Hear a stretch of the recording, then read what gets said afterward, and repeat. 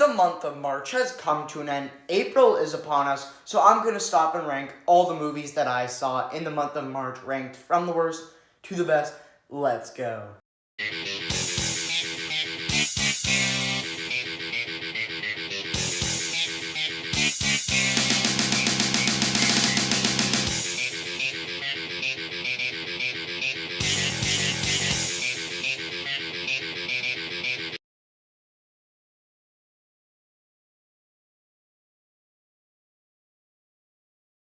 So yes, I'm going to be ranking all 3 movies that I saw in the month of March.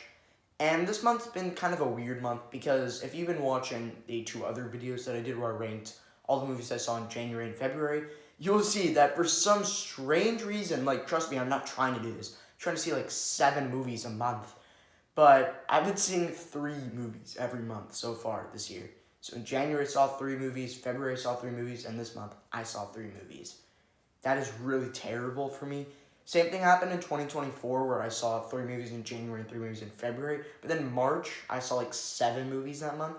So like obviously I broke that little pattern and I said to myself at the end of February, yeah, I'm going to break this pattern right away. And I didn't. I don't know what happened. This month was very busy. I had a couple of trips. I had a bunch of family in town. So I wasn't actually able to see everything I wanted to see. Like, I wanted to see Novocaine, but I didn't make it to that.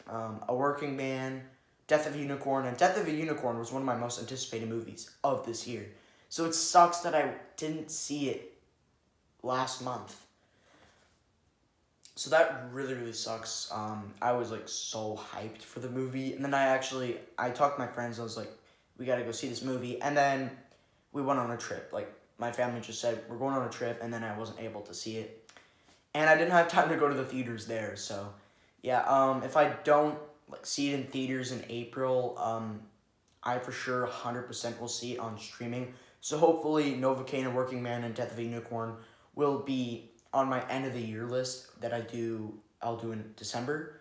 Hopefully they'll be on that list. But yeah, all that aside, I thought March was like an okay month for movies. Again, I only saw 3. Not a lot. That's awful. But hopefully I see more in April. I think February right now is my favorite month because we got we got no bad movies in February that I saw. We got some pretty awful films that month. So I had plans to see them and then I never did. So luckily, I only saw 3 movies that were actually decent in February. But then January and March, not so good. But yeah, also remember, my list is not the right list. It's just my list. And I would love to hear your list in the comments. Share your ranking of all the March 2025 movies that you saw. Without further ado, let's get started. In last place, The Electric State.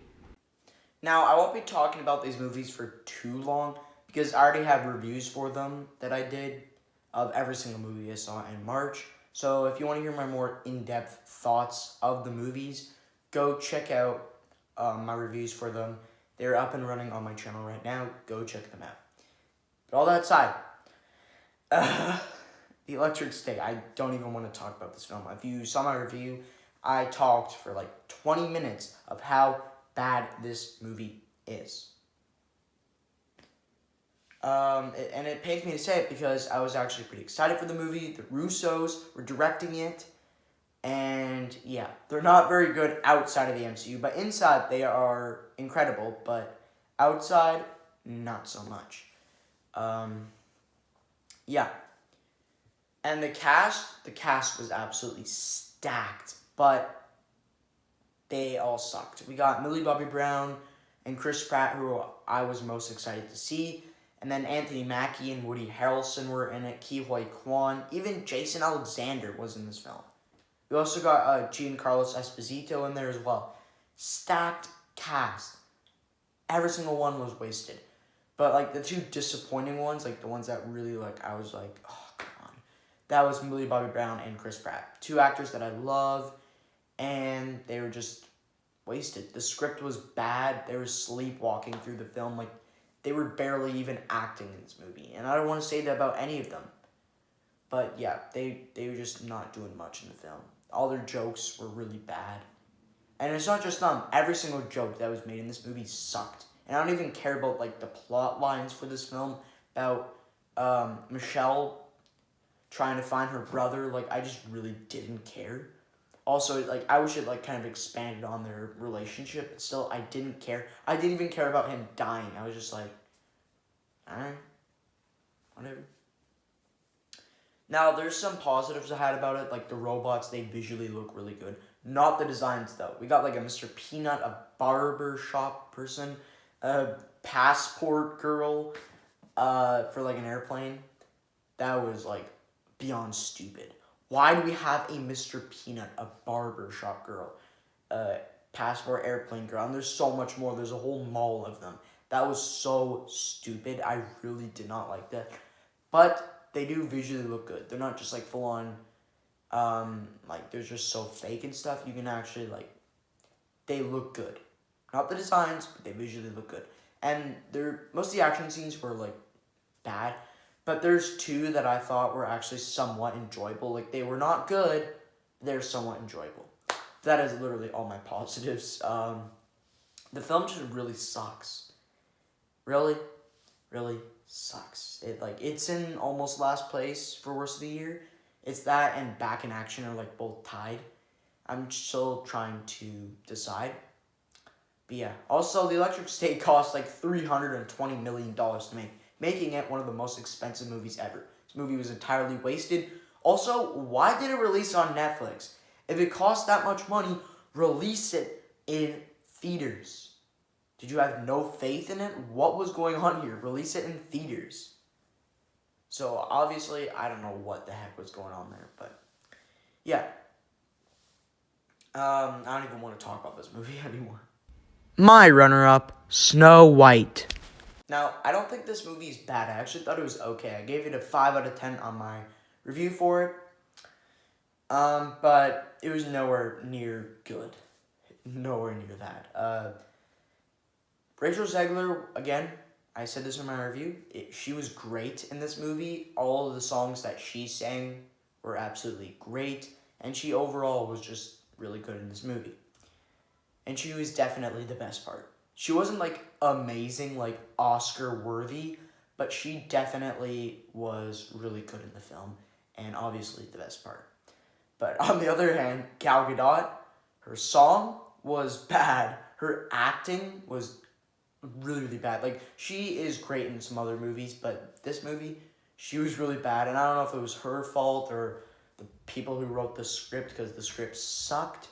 And, like, every single line that she, like, every single word that came out of her mouth was, like, really, like, awkward and weird and just sucked. So, the dwarfs, like, why didn't they use real people? Like, instead of CGI for everything, and no surprise there, actually, they originally were going to use real people, and then they decided, hey, let's just use CGI. It's quicker, it's cheaper, let's just do that. And yeah, the dwarves look so dumb and bad. Their song sucks, and they just look really bad. I would have liked it if they used real people, but they didn't. I did like her and, her, like, true love kiss guy who, like, kissed her and then she came back to life. I already forget his name. I haven't seen the animated one in a long time, like 3 years, but I thought the film was actually, like, I guess good. It's definitely 100% better than the live action, for sure. And, yeah, the prince guy, whatever, he's not a prince, actually. I don't know why I said that, but I think that I did like their true love story. I wish they expanded on that, which they didn't. Even Rachel Zegler came out and said, like, this movie doesn't focus it at all, which is a lie, because they do focus on it, but they don't focus on it enough. I would have liked that so much better than their, like, evil queen relationship with Snow White. That was weird, and nobody wanted to see Gal Gadot as the evil queen. Like, she looked good in the role, but then when she speaks, no. But, yeah, those are really, like, all the problems and stuff I had with the film. Rachel Zegler just absolutely carried the good stuff of the film. But yeah, it's just one of those disappointing Disney live action remakes. Hopefully, the other two live action films that we get this year, How to Train Your Dragon and Lilo and Stitch, obviously they're not princess, but remakes, whatever. And How to Train Your Dragon is DreamWorks, but whatever. Hopefully, those two are much better than Snow White.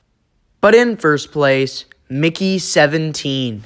Now, there's a really big gap between Snow White and Mickey 17. Snow White is just an okay film, and Mickey 17 was a really good movie. I gave it a 7.5 out of 10 on my review for it, and it's my second favorite movie of this year, 2025, thus far. And yeah, Robert Pattinson was amazing and hilarious in this movie. I still, in my negatives, in my review, I said, like, I wanted more laughs in this movie, and that is true. I mean, there's one scene where I laughed for, like, 4 minutes straight with my friend. We just could not, we were just dying in the theater. Could not stop laughing, and, like, people were shushing us and stuff, like, it was hilarious. And there's a bunch of other scenes where I was laughing, but still, it was described as, like, one of the most funniest movies of this year. I mean, obviously, we're only in March, or sorry, now we're in April. But it wasn't as funny as I thought it was going to be. So I was a little disappointed there. And also, I wish it focused on, like, took 20 minutes out of its way to just show all of Mickey's deaths. Maybe they could be cool and creative.